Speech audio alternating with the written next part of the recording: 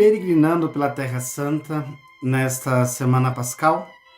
Vamos agora conhecer um pouco sobre a história bíblica também, porque está em Gênesis, a história do Mar Morto. Mas em Gênesis, na Bíblia, lembramos o Mar de Sal, as margens do qual encontramos Sodoma e Gomorra, onde cidades consideradas do mal, da injustiça e do pecado, e são destruídas porque não encontraram nenhum justo, a não ser Ló. E ainda sua esposa não acreditou, ao olhar para trás se transforma numa estátua de sal.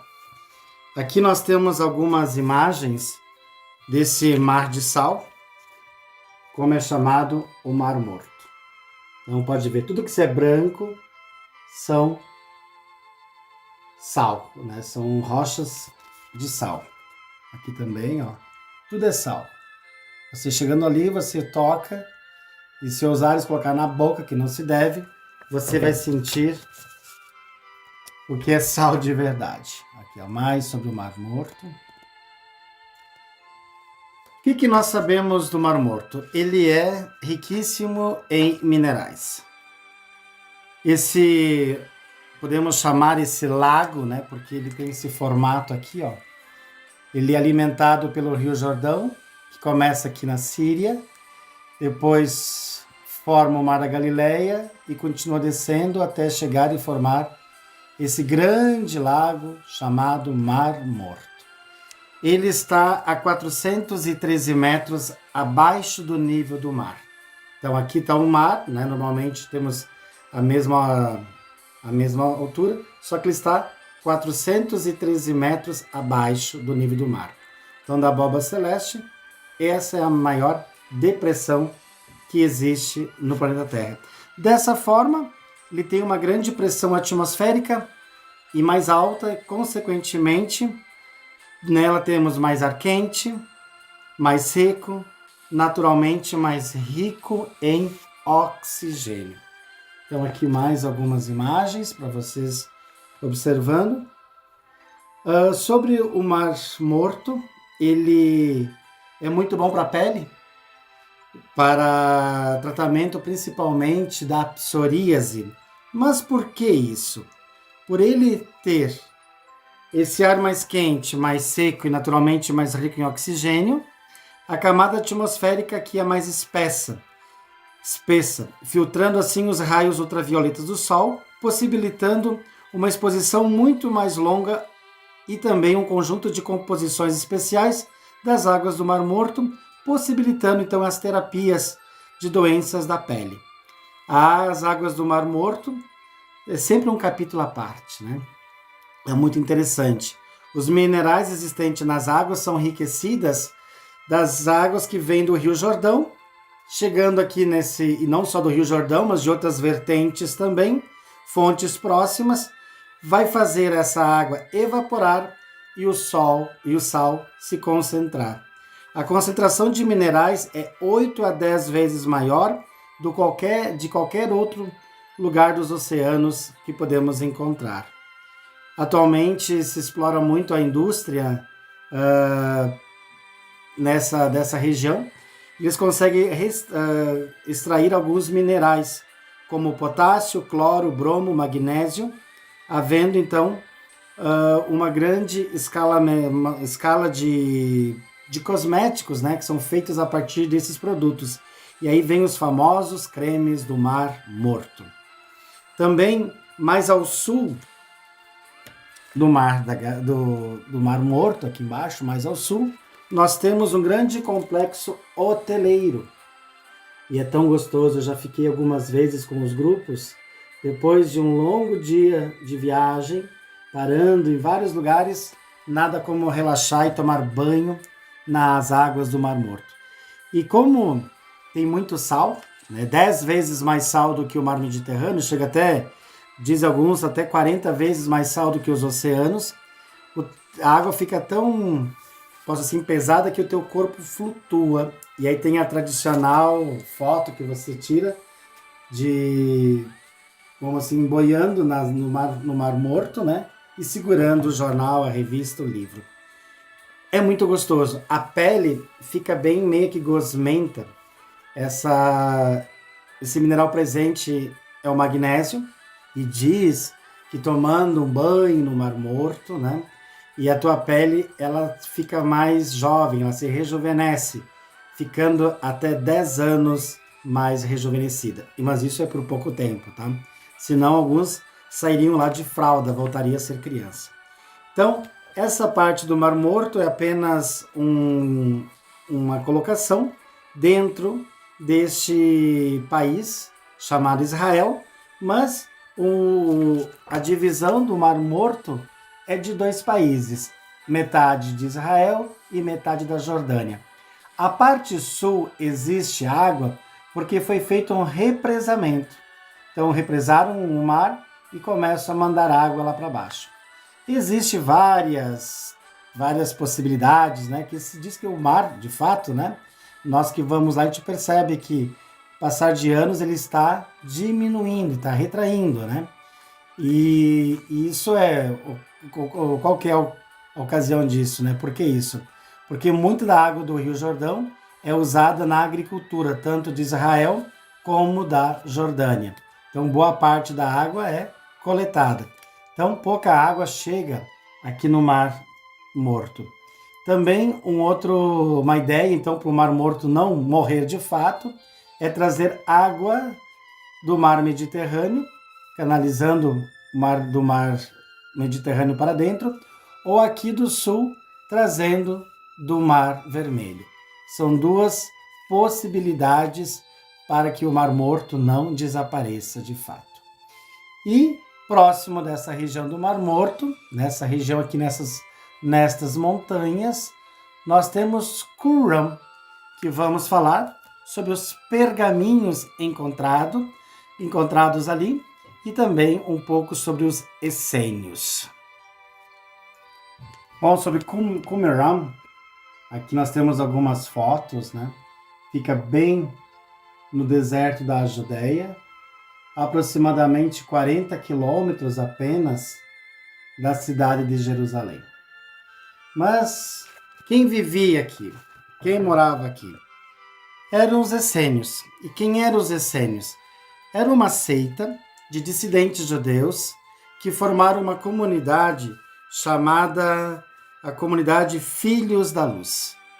Então, eles viviam como eremitas, como monges mesmo, faziam voto de castidade, eram muito fixados às regras de convivência, e eles tinham como prática transcrever em pergaminhos os textos bíblicos. E essa vivência deles fez muitos teólogos crer que João Batista, filho de Zacarias e Isabel, foi membro dessa comunidade de essênios dos Filhos da Luz.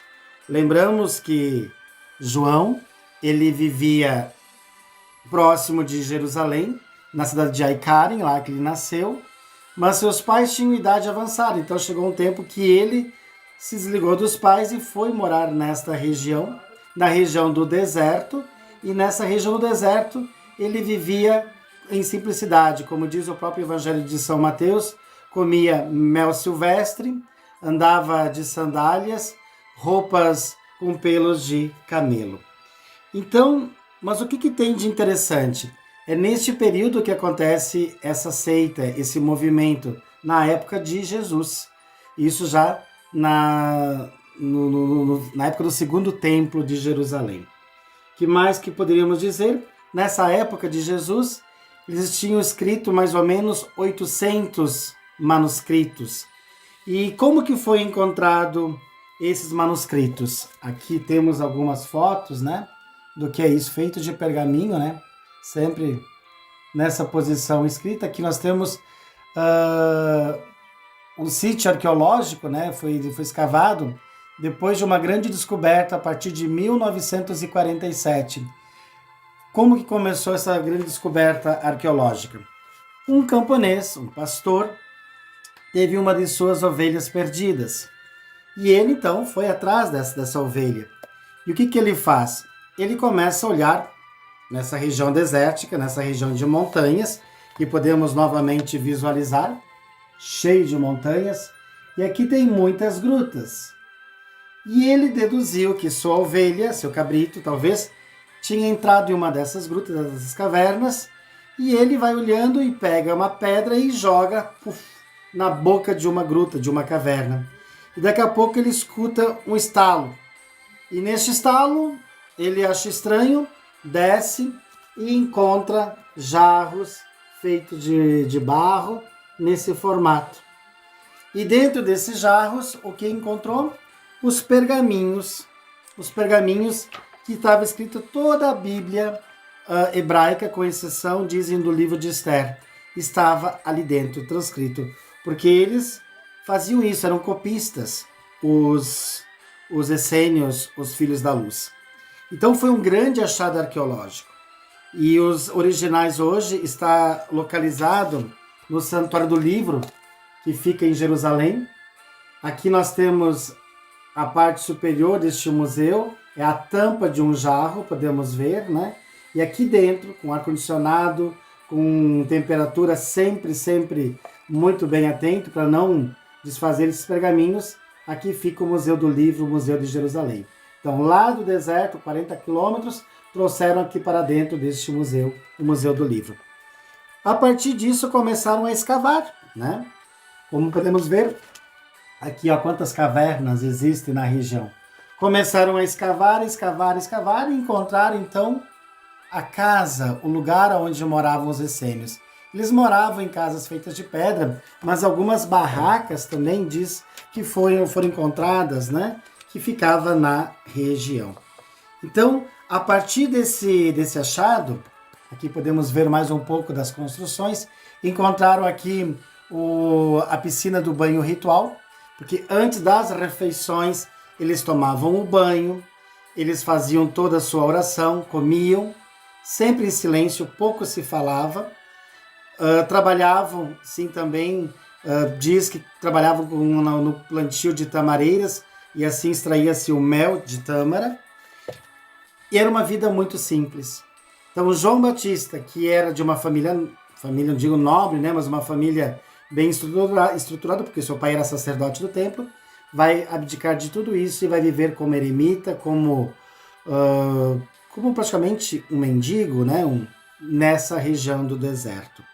E a partir do encontro desses jarros de barro, vão encontrar não só isso, mas vão encontrar também outros vestígios dessa época, como encontraram lá tinteiros, encontraram também potes, utensílios que eles usavam no dia a dia, esses filhos da luz. Então, os essênios, em outras palavras, eram uma seita de dissidentes judeus que viviam à parte, viviam os seus um pouco mais, posso dizer, mais rusticamente, e faziam a interpretação das palavras e dos profetas.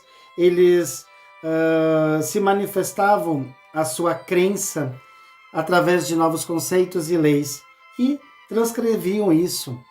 Entre eles também transcreviam a Bíblia hebraica. Então, é uma região que também diz que é próximo do Mar Morto, né? Então, dizem que é próximo de Sodoma e Gomorra. Então, novamente, fica nessa localização aqui, ó, 40 quilômetros de Jerusalém.